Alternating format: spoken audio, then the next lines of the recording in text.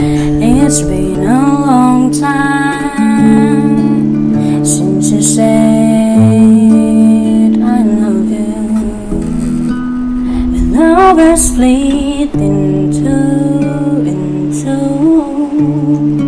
There's coronavirus everywhere.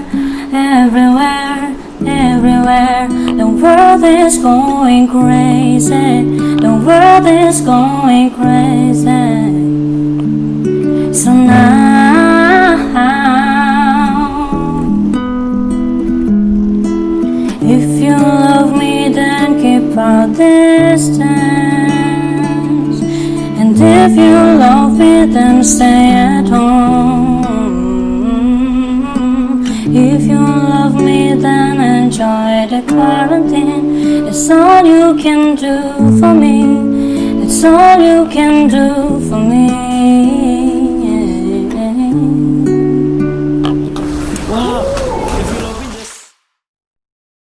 Imaji TV.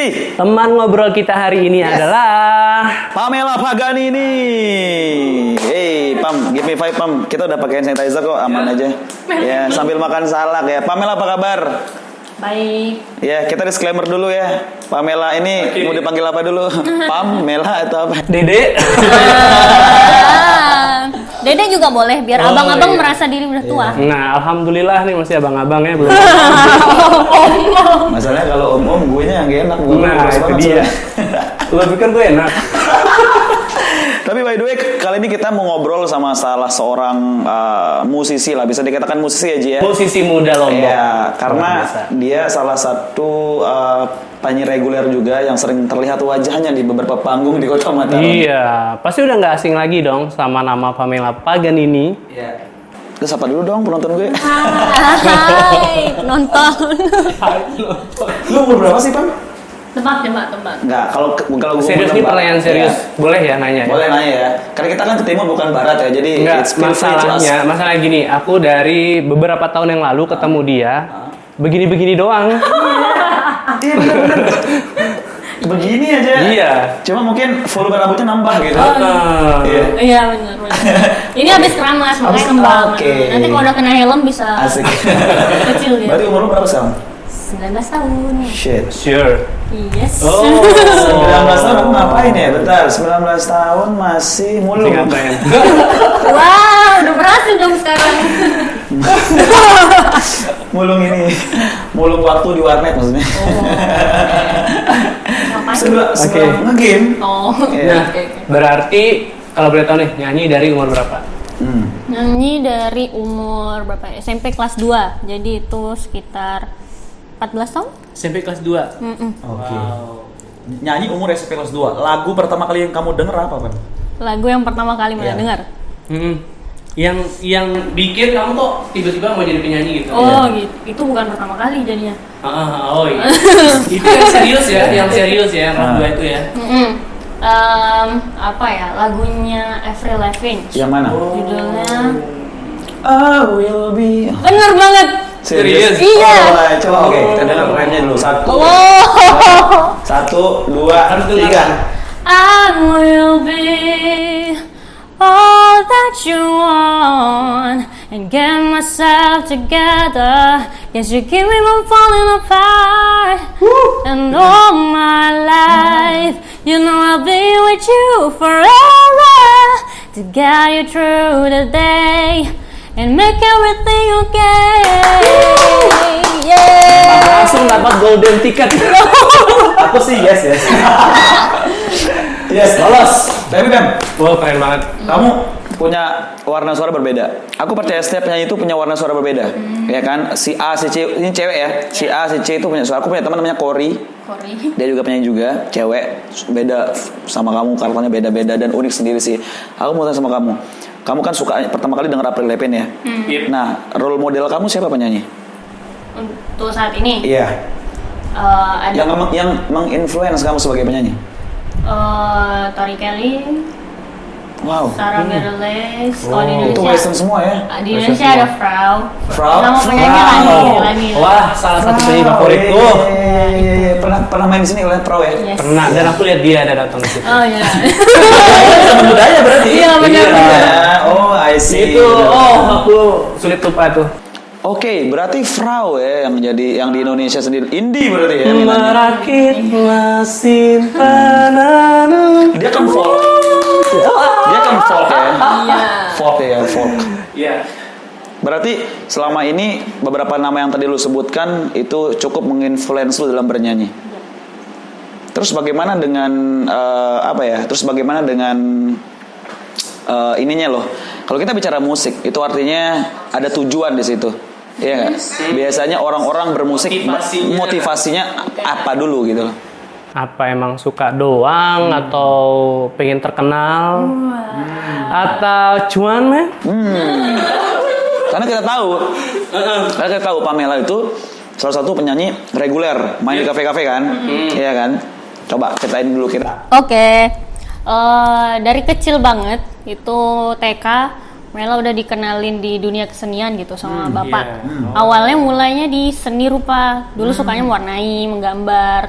Terus naik ke SD, Mela tuh suka nari tradisional gitu. Terus akhirnya tapi ya cuman coba-coba aja gitu, asal-asal lagi bisa. nyari gitu Lagi nyari-nyari gitu.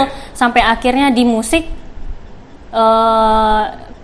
nggak tahu ya, rasanya kayak ketika Mela kenal dengan musik, Mela dikenalkan dengan banyak orang hebat seperti itu rasanya kayak gitu.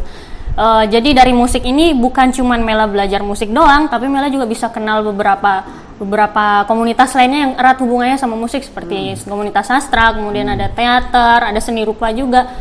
Nggak tahu kenapa jadi rasanya musik ditakdirkan untuk saya. Oh iya, artinya di keluarga kamu itu seni itu emang udah lekat banget ya? Atau semua malah pelaku seni itu orang tuanya? Enggak sih, cuman bapak aja kayaknya yang tertarik. Dan dia pun bukan hobi di musik atau hobi di seni, tapi bisa dibilang penikmat musik. Iya, oke, penikmat ya. Jadi kayak di seni kayaknya lebih tenang, lebih ini. Jadi kayak anak saya harus seperti ini. Dan pada akhirnya lu memutuskan untuk bernyanyi ya. Yes. Dan settle di bernyanyi. Berarti punya band dari awal dong. Punya. Waduh. Band. Punya. Bandnya apa? Dulu waktu SD. SD udah punya. SD udah punya band, gila. Dulu SD kelas 6. Jadi guru musik dulu awalnya Mela les keyboard. Kemudian guru les keyboard ini juga punya murid-murid yang lain. Nah, akhirnya dengan instrumen yang berbeda, akhirnya saya gabungin nih kalian murid-murid saya. Jadi deh sebuah band namanya The Mix. Coba tebak genrenya apa? Apa genrenya? Jazz. Dengan rambut Pamela yang Tapi dulu rambutnya Mela lurus tahu. Serius? Nah, ini bahas rambut. Ini Ini apa? aslinya lurus apa? Ini. Aslinya keriting. Aslinya keriting. ini wig apa rambut beneran? Rambut beneran. Rambut. Cuman karena pembulian masa dini, akhirnya dilurusin dulu. Oh, berarti kamu menjadi korban bullying juga? Iya. Ya namanya juga anak-anak lihat hal yang berbeda tuh pasti dibahas. Benar. Bullying dulu karena rambut keriting. Iya. Gimana itu rasanya? Kok langsung nadanya gitu ya. Jadi waktu itu insecure banget berarti ya, harus ngikut orang lurus gitu.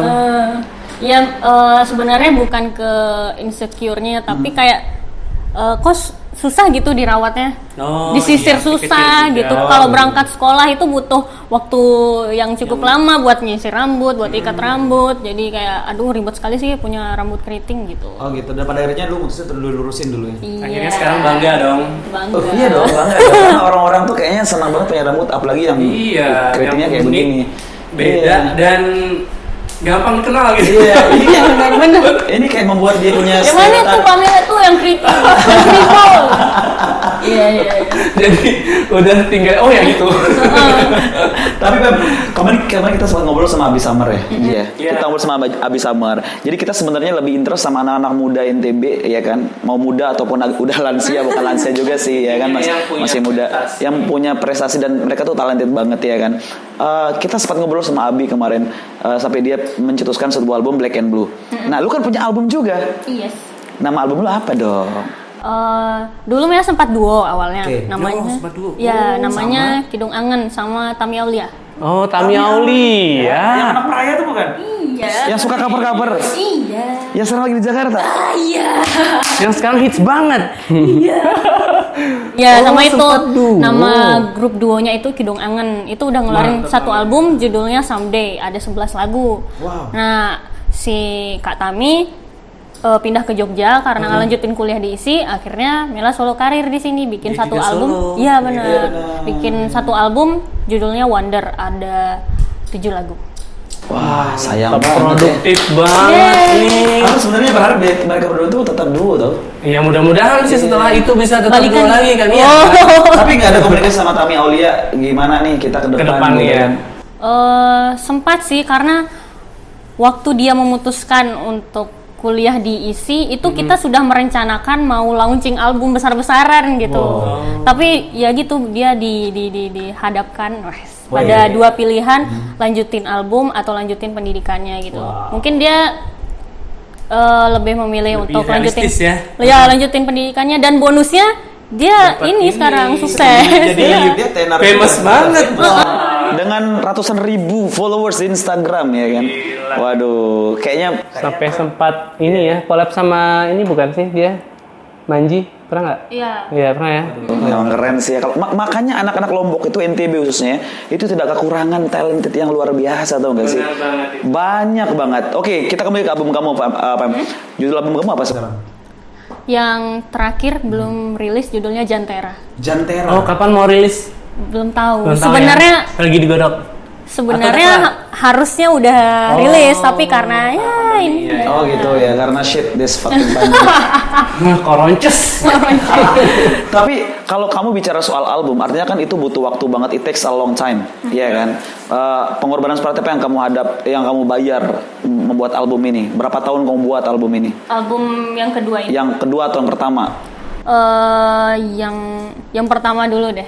Kalau yang pertama itu emang ada rasa yang beda dari Kidung Angen sama akhirnya bikin karya sendiri gitu kan. Karena waktu Kidung Angen kita harus menyatukan dua kepala gitu kan.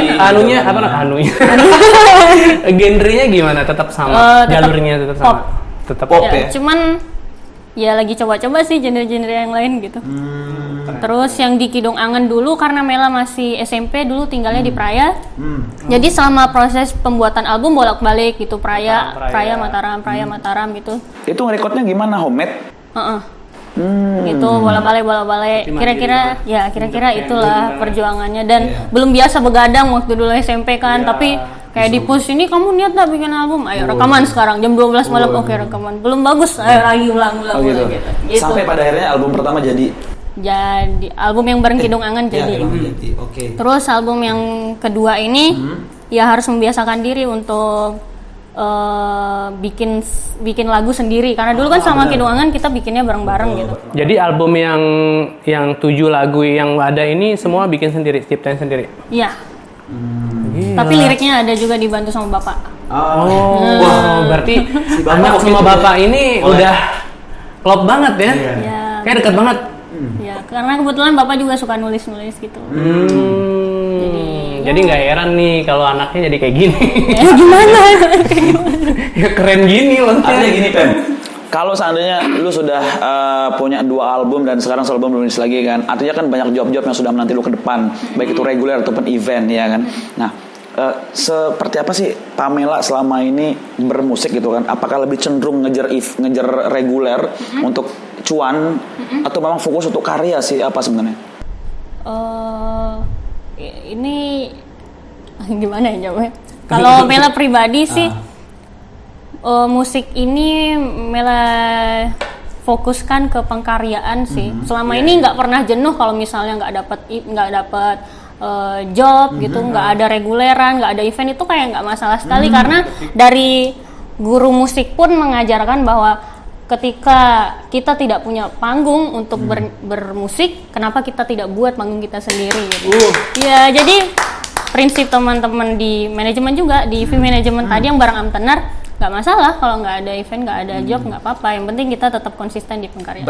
Berarti kamu dipegang sama Bang Vinavan berarti ya, sekaligus sama Amtenar juga kan, manajemen artis itu kan. Wow, berarti nah di sini Ji, yang harusnya kita bener-bener proud banget ya. di sini ternyata kita tuh punya orang-orang yang punya wadah juga untuk mewadahi anak-anak bertalenta kayak mereka Iya, ini. dan kerennya mereka mau gitu. Kayak misalnya Iya, maksudnya mau punya niat untuk merangkul musisi-musisi Betul. keren.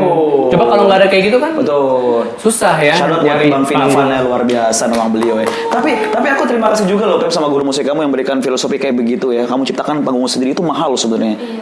Karena banyak banget musisi, banyak banget musisi yang luar biasa di Lombok ini, tapi mereka tidak sempat membuat karya. Mereka lebih cenderung fokus ke cuan. Iya kan?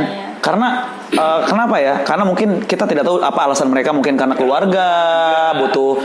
Ini masalah kebutuhan ya. Siapa tahu mungkin mereka punya anak istri, kita nggak tahu ya kan. Tapi sangat beruntung banget mereka yang kayak kamu ya kan, kayak Abi yang sudah punya album. Harapan ke depan kamu apa, Pem? Harapan ke depan. Iya. Untuk apa dulu? Maksudnya untuk album-album kamu. Iya. Oke. Untuk album selanjutnya ya Mela harap untuk diri sendiri nih yang pertama tetap konsisten gitu dan nggak pernah jenuh untuk terus-terusan berkarya dan harapan ke depan yang paling besar karyanya Mela banyak dikenal sih. Wih, mantap. Nah itu Insya Allah kalau konsisten pasti banyak proses yang kenal. untuk menjadi terkenal itu kan nggak murah ya. Oke, Iya. betul. Itu mahal harganya. Lu siap bayar nggak? Wow. Maksudnya lu siap bayar nggak prosesnya? Siap. Oke, jadi yang pengen tanya tuh tadi kan dia berharap nggak jenuh. Berarti pernah jenuh ya? Pernah, malah sebenarnya di tahun ini sebenarnya bukan kejenuh tapi kayak ngerasa sebenarnya masih ada lagi bakat yang belum muncul gitu. Lu belum keluarin semua nih. Ya rasanya kayak gitu. Nah, akhirnya di tahun 2019 kemarin Mela tuh sempat ngomong gini, pengen deh di tahun 2020 kayaknya nggak konser dulu, nggak ada job, nggak ngambil apalah gitu. Maunya fokus buat pelajari lagi, belajar keyboard lagi gitu. Atau dipelajari lagi teknik-teknik vokal yang lain atau apa dan lain sebagainya. Tapi bukan mau pandemi terus stay at home jadi kayak gini. Iya bener. Oke, tak kasih waktu. Iya bener. Hebat emang. Iya sih, tapi memang pemikiran seperti itu tuh di anak 19 tahun itu memang agak luar biasa sih. Soalnya orang kalau saya lagi bagus-bagusnya nih, lagi disuka-sukainya, biasanya kan langsung push aja gitu. Tanpa mikir harus menggali lagi, menambah keahlian lagi kan. Biasanya kalau lagi terkenal udah push terus gitu. Keren. Tapi di usia 19 tahun, Pam, lu punya kekhawatiran apa? Kekhawatiran yang membuat lu benar-benar khawatir banget. Entah itu tentang pendidikan lu, tentang karir musik lu, tentang apa kekhawatiran lu saat ini? Apa ya? Kekhawatiran terbesar menyerah sih. Wow. Memang ada rencana mau nyerah? Bukan rencana ya, nggak pernah, kalian tak bakal mau merencanakan. Cuman Kayak semacam ini ya, takut tiba-tiba udah deh gitu. iya benar. Itu kenapa bisa begitu kira-kira menurut apa? Apa ya? Mungkin insecure juga itu jatuhnya. Jadi sekarang kan udah banyak banget tuh ada penyanyi gitu, dan yang jago udah banyak banget gitu. Dan Mela takut kehilangan karakternya Mela sendiri gitu, karena melihat mereka itu. Jadi kayak ini yang lagi disukain oleh orang-orang gitu, jadinya ngarah ke sana. Emang pernah kejadian pas manggung sempat satu panggung sama orang yang buat kamu insecure nyanyinya? Syukurnya belum sih. Belum. Yang bikin insecure kayaknya YouTube deh. Berarti Pak Mela berharap menemukan orang itu. Banyak sih sebenarnya. Kenapa nggak ini aja? Kenapa nggak collab aja? Kan sekarang di YouTube tuh banyak banget musisi-musisi Lombok yang viewersnya tuh sampai ribuan. Kalau bayar mau di sedunia. Tapi pernah lo nongkrong sama beliau. Orangnya baik banget. Baik, ramah. Iya, ramah. Terus didengerin nyanyi kan, terus dia bilang, suaramu bagus, tahu ini saya ada lagu gini-gini, dan baru tahu dari sana ternyata dia penulis juga, penulis lagu. Songwriter juga dia. Iya. Dan lagunya yang waktu gempa itu kan keren banget. Tapi Pem, kalau seandainya kamu katakanlah seandainya suatu saat kamu lebih bersinar ya, maksudnya tiba-tiba entah angin dari mana makin besar ya kan, karena kita tidak tahu dunia digital sekarang ini membuat orang tuh kayak tiba-tiba terangkat aja. Iya benar, kita nggak tahu ya. Jadi menurut kamu punya referensi nggak untuk menciptakan lagu tuh kayak gimana? Apakah harus pop folk kamu ikutin, atau kamu memang ada idealis tersendiri dalam menciptakan lagu? Spontan aja gitu. Kayaknya bisa dibilang Mela punya idealisme sendiri. idealisme. Iya, karena sempat mikir gitu juga awalnya. Apa iya ya saya harus ngikutin karena kan lagi tren nih lagu yang patah hati, lagu galau gitu. Nggak tahu kenapa kayak Mela punya kecenderungan nggak mau bahas tentang patah hati di lagu gitu, nggak mau lagu itu dijadikan media untuk curhat gitu. Iya. Berarti kamu lirik-lirik lagu kamu lebih ke arah Lebih universal ya. Universal itu berterima kasih. Ya bisa dibilang gitu. Walaupun Albumnya sebenarnya tentang apa sih, ada patah hati yang tersirat di lagunya. Iya. Tapi dibuat lebih luas gitu ya. Benar. Oke, jadi di albumnya itu sebenarnya tema besarnya itu apa? Di Garis besar. Albumnya yang terakhir itu maksudnya. kedua besok ini apa ya? Apakah Jandira tentang isi hati ke pasangan atau Iya. ke Sebelum kita tanya sesuatu yang lebih personal nih. Apa ya? Kemana kita semua akan kembali? Wow. Nah, gitu kayaknya. Penghambaan berarti. Gila, Penghambaan keren berarti. banget. Iya, jadi kayak melihat ke dalam diri kayaknya. Soalnya di lagu-lagu itu banyak bercerita tentang bagaimana kita sebagai manusia pergi jauh untuk menyelesaikan sebuah permasalahan, sementara jawaban ada di dalam diri kita. Nah, Pergi jauh gue panggil jadi ingat Rumi. Aku tuh langsung ingat Rumi. Toyib, Bang Toyib. Nah, kalau versi dangdutnya ya Bang Toyib.